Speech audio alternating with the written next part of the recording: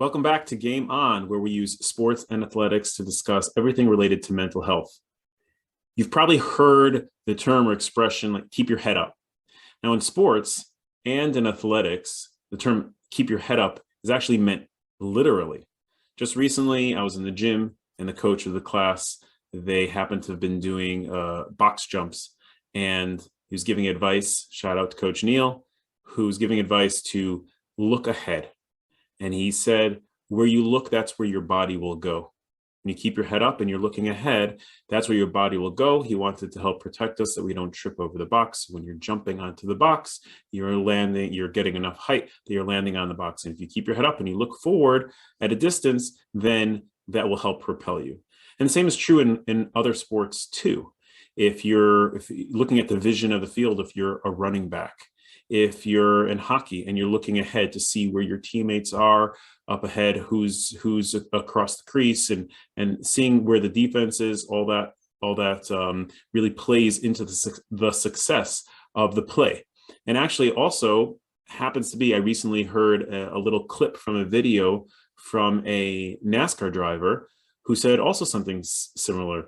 They said that the best advice they got was to keep their head up, to look, because wherever you look, that's where you're going to go.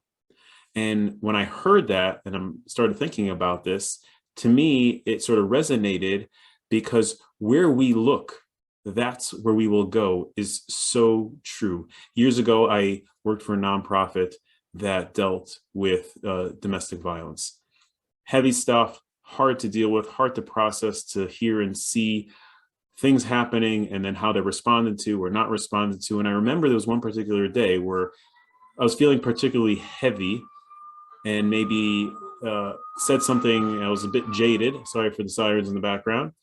And I remember one of my supervisors, she said something that really stuck with me. And she's like, Shmuel, you have to stop and you have to look for the good intentionally. Now, maybe for the average person, we sort of take in and we see some good, some bad, depending on how much news we watch.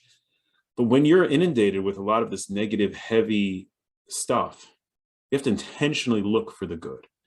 Now, if I have a negative lens to things, I tend to reinforce that and have this like confirmation bias. Oh, yeah, see, I told you it was going to be bad. You know why that is? Because we're already looking for it. We're primed to look for the negative. Oh, see, that was bad and that was bad. And I'm sure everyone can relate that there's like this snowball effect that once this thing is bad, oh, then all of a sudden, all the memory floodgates come into play. And that was bad and that was bad. You ever get into a fight with someone that you love, and then as soon as one thing comes up, and then you remember all the things that they did, and that's what makes them bad, and this bad and bad and bad. Similar thing with anxiety. Someone who struggles with anxiety and the variations of it, they become hypervigilant and they become so sensitive to little signs, or what they feel are signs, that something bad is going to happen. And they're worried, whether it's the body language of somebody else. See, look, they yawn. That means they're not interested in what I'm saying. Or they looked away. That means they don't like me. Little signs, or even in their own bodies, they feel a sensation. Oh, this means that I'm going to have a panic attack and get overwhelmed and it's going to spiral out of control. And guess what happens? Because they're so aware of it and because there's meaning placed on it, then it does compound and their body does get ramped up and they feel even more anxious. So wherever we focus, that's where we will go.